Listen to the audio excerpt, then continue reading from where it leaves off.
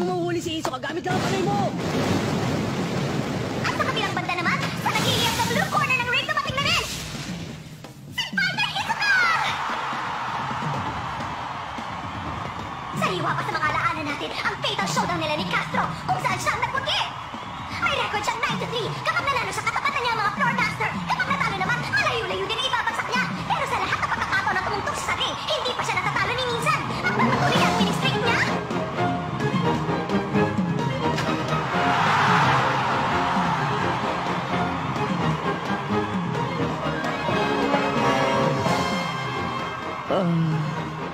Huwag mo naman akong titigan ng ganyan.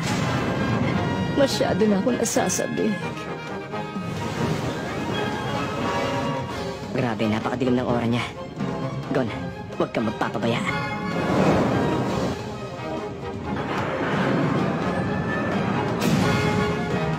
Point at knockout system ang gagamitin.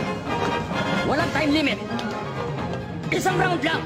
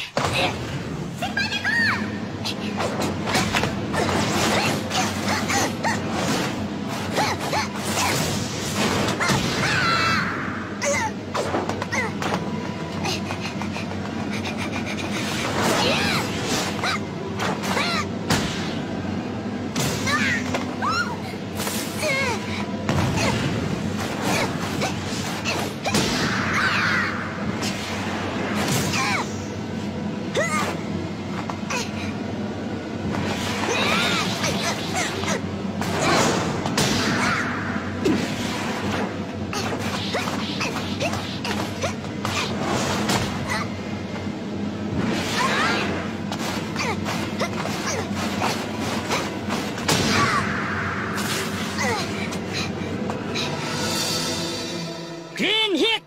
1 point kay Hisoka! Sobrang intense po mga kaibigan! Hindi nga ako nakapagsalita kahit konti mo lang kanina pa eh! O ano na? Hindi pa ako gumagalaw sa kinatatayuan ko mula na mag-umpisa ang laban. Talaga? Sir! Maghintay ka lang! Okay, hindi ko siya kailangan patamaan sa bawat sugod ko. Pwede rin akong gumawa ng ilang feint tulad ng ginawa niya. Halatang nag-i-enjoy ng gusto si Hisoka. Malaking agwat nila kung kakayahan at karanasan ng pagbabasihan. Pero may kahinaan din siya. Alam niyang mas malakas siya ng dihama kay Gon. Kaya hindi siya tatakbo. Mas magkakaroon ng pagkakataon si Gon. Sige, susubukan ko yan!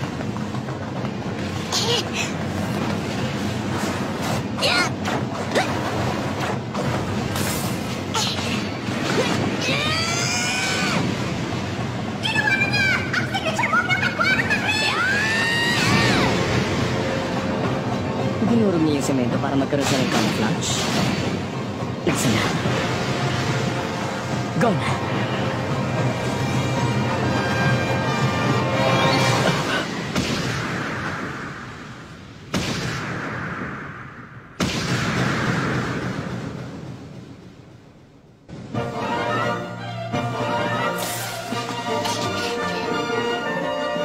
Sa wakas, nakatama din si Gon ng suntok sa mukha ni Hisoka.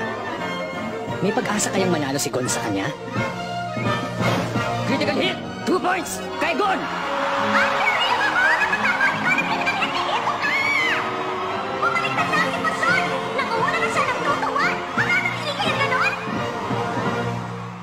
Yun nga lang. Sa nakikita ko, parang wala namang masyadong pinsalang may dulot kay Fighter Hisoka yung suntok ni Fighter Gon. Parang kaduda-duda tuloy ang desisyon ng referee. May karapatan ng referee na magbigay ng points sa mga fighter ayon sa pinaniniwalaan niyang dapat. Madalas nagbibigay ng points batay sa laki ng pinsalang natanggap ng opponent. Pero may pagkakataong nakabata yun sa galing ng strategy at technique. Sa kasong ito, sa palagay ko, para sa strategy ng camouflage na ginamit ni Fighter Gon, ang points na ibinigay ng referee. Ganun pala. Pero, sino ka ba? Yes!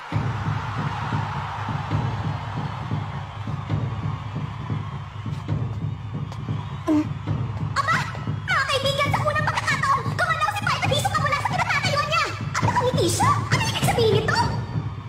Nangangahulugan bang lalaban na siya ng seryoso mula sa puntong ito? Ha?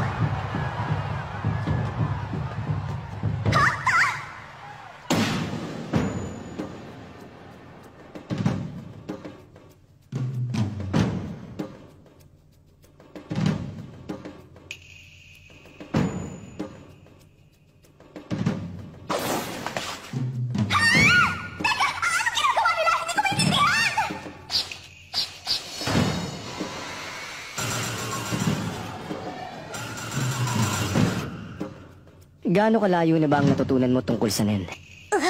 Lahat ng basics. Ganun ba? Isa kang enhancer, hindi ba? Paano mo nalaman yun? Ang cute-cute mo talaga. Ang dali mong basahin. Nakabalandra lahat ng mga sikreto mo. Tumigil ka na nga. Paano mo nalaman ang tungkol doon? Gumamit ako ng paraan tulad ng blood type personality test. Na tulad noon, di maaasahan. Ako mismo nag-imbento. Nakabatay ito sa ugali ng tao. Ang mga enhancer ay simple at tapat. Sakto. Sakto. Para sa kaalaman mo, isa akong transmuter. Pabago-bago ang isip at mapanlin lang. Sakto. Sakto.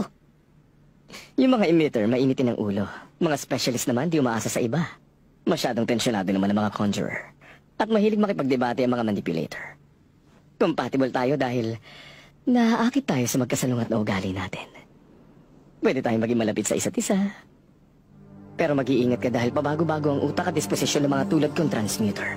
Ang pinapahalagahan namin ngayon pwede maging basura na lang sa amin bukas.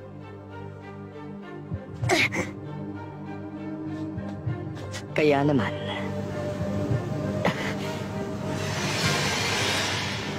Huwag mo sana akong bibiguin sa laban natin. Gon.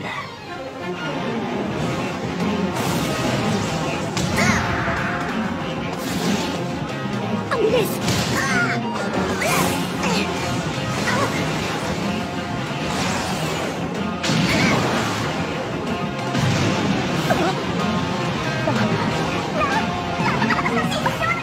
Malipat kayo po ang bloke na semento niyo sa taas!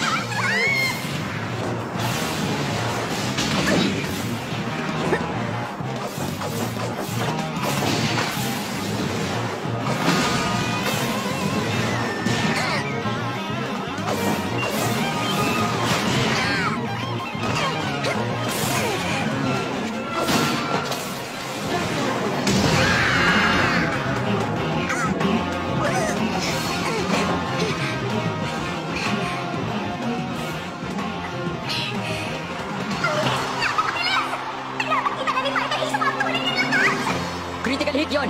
2 points kay Hisoka! 3 to 2! Nabigyan si Fighter Hisoka ng critical hit points para sa sunod-sunod na pag-atake niya! Siya na uli ang namumuna! Mukhang nabigla si Fighter Gon! Tumidistansya siya! May magagawa pa kaya siya? Ang galing! Sobrang galing niya! O ano na? Lalaban ka ba o hindi? Maghintay ka dyan! Nag-iisip pa ako!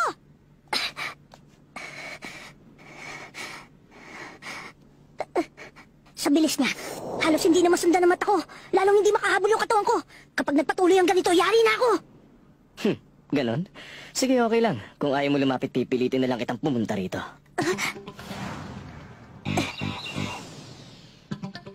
Gon! Gumamit ka ng Gyo! Lagot na!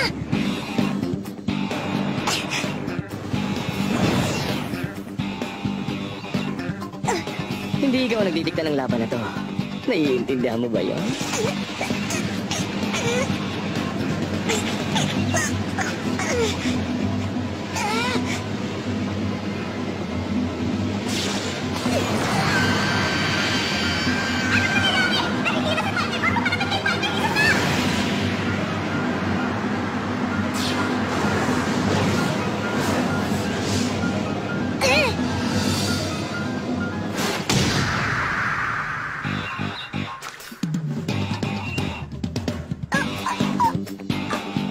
Tanggapin mo ang aking elastic love.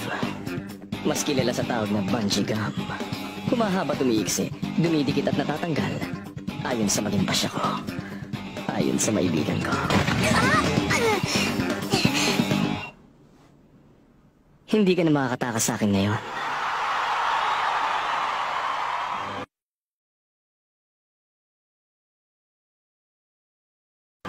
Critical hit at knockdown! 3 points lahat yun kay Hisoka! 6 to 2! Isang malakas na strength sa kanan mo mula kay Fighter Hisoka! Baksak kay Fighter Gon! Ang aura niyang parang lastiko na dumidikit sa ibang bagay. Ang bungee gun! Si Hisoka lang ang makakapagtanggal nun kapag dumikit na. Sugo ka na ba? Stand up, Gon. San! 6 to 2 na! Lalo na makailaman ni Fighter Hisoka! Habang nasa kanya, manigaya sa laban nito ang kalahating minute streak! Hoy bata! Tayo dyan! Ibang klaseng record yan! Halatang kinakampihan si Kaya mo pa? Kita naman eh! Nakatayo pa si Fighter Gon! Pero halatang medyo malabang pinsala din ang natawan niya! Okay, question and answer time. Kung tama ang sagot mo, pagbibigyan kita ng isang libreng suntok sa akin. Ano? Multiple choice. Kailan ko kinabit ang kabilang dulo nitong bungee gum sa pisngi mo? Kailan niya? Kinabit? 1. Nung siniko kita? 2. Nung binigyan kita ng clean hit? O 3. Nung binigyan kita ng critical hit? Kailan nga ba? Sa 3! Nung tinamaan mo ako ng critical sa likod! Mali! Ang sagot ay 4. Nung sinabi ko ang aura type mo at pina-explain mo sa akin kung paano ko nahulaan. Ang daya! Sir, kung gumamit lang ako ng Gyo mula umpisa pa lang, hindi sana. Ngayon naman, may palaisipan ako para sa'yo. Ha? Kung gumamit ka kaagad ng Diyos sa simula pa lang, makikita mo ang aura ko at malaki ang posibilidad na maiiwasan mong matamaan ng bungee gum kahit na dinaldal pa kita tungkol sa kung ano paman. Yun ang para sa number 4 na sitwasyon. Pero paano naman para sa una, pangalawa at pangatlong sitwasyon? Kita mo na? Kung ginusto ko, pwede rin kitang lagyan ng bungee gum sa mga pagkakataong yun habang umaatake ako. Kailangan mo lang naman itago ang aura mo kung gusto mong gulatin ang opponent. Pero kapag umaatake ka na, hindi na mahalaga kung nakikita nila o hindi. Kung masyado mabilis ang opponent mo at hindi ka makaiwas, walang silbi yun. Basta makatama ako, tapos na. Tama siya. Walang silbing gumamit pa ako ng Gyo. Kung mabagal ako at hindi ko naman maiwasan ang mga pag-atake niya. Hindi maganda to. Mas mahirap pang maikutan ang kapangyarihan niya sa inakala ko. Ibig sabihin, kailangan mong iwasan lahat ng atake. Kapag ganon, pwede ka nang hindi matamaan at madikitan ng bungee gum ni Hisoka. Pero kapag dumipensa ka, baka pwedeng... Hindi pa rin pwede. Makakabitan niya pa rin ng aura ang parteng ipangsasangga mo. Hindi ako makakatakas. Paano na ngayon? O sige na, tama na ang daldalan. Tapos na ang commercial, kaya bumalik na tayo sa kasalukuyang laban. Ituloy na natin.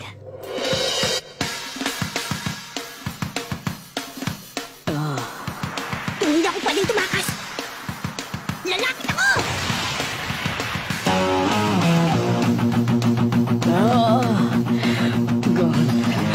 Gone! Ganyan nga. Pinapahanga mo talaga ako. Yung titig mo, yung itsura mo, ang fighting spirit mo.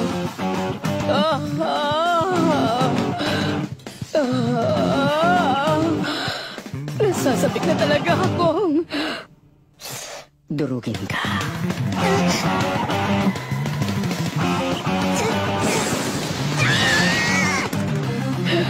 Pero hindi ba pwede?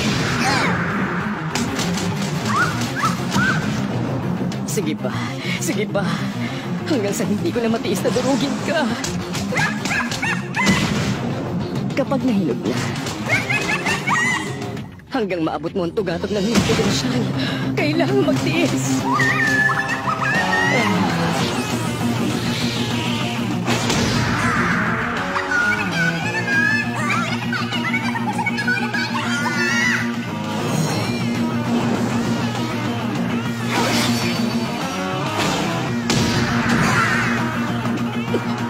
Ayos! Nakapag-block ako dun! Medyo nasasanay na rin ako sa pakiramdam na mahatak ng bungee gum niya. Kaya ko to! May laban pa ako! Natatakot ako. Pero kapag pinahiral ko ang takot, palagi niya na magigibago at hindi na ako kailanman mananalo! Parehong critical hit. Take 2 points. At isang knockdown point para kay Hisoka. Total scores, 9 points kay Hisoka at 4 points kay Gon. Hindi down yun! Nakatayo ako agad! Nablock ko pa nga yung suntok niya eh! Daya, may diferensya na yung referee na yan. Ba siya? Kita-kita namin dito na hindi down yun. Ano to? Isa na namang katulad pa siya nag-referee sa laban? Mukhang hindi masaya mga manonood sa nangyari. Nagkakagulo ng lahat taon na yun! Fight! Kapag naka 10 points siya, talo na ako. 1 point na lang siya. Hindi niya ako kailangan pabagsakin. Basta matamaan niya ako. Tapos ng laban. Hindi ka dapat lumilingat sa kalaban ko. May paparating sa bandang kanan mo.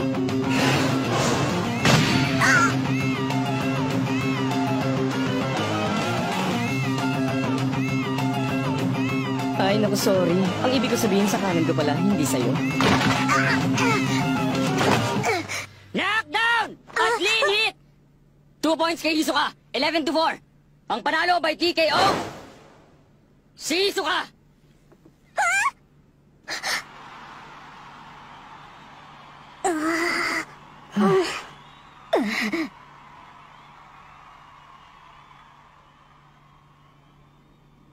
Habang busy kayo nag-uusap, nilipat ko ang aura mula sa kamay ko at pinadikit ko sa isang tipak ng bato nang hindi mo namamalayan. Total scores, 9 points kay Hisoka at 4 points kay Gon! Tapos pinairal ko ang bungee gum ko para sakto ang lipad nito sa paglingon mo.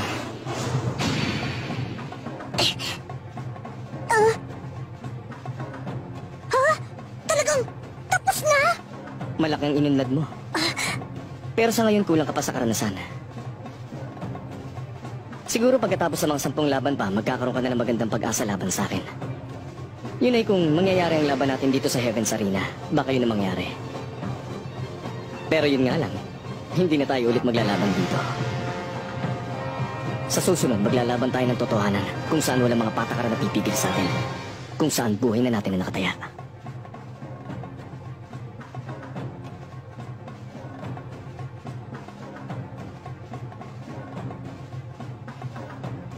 Masyado siyang malayo.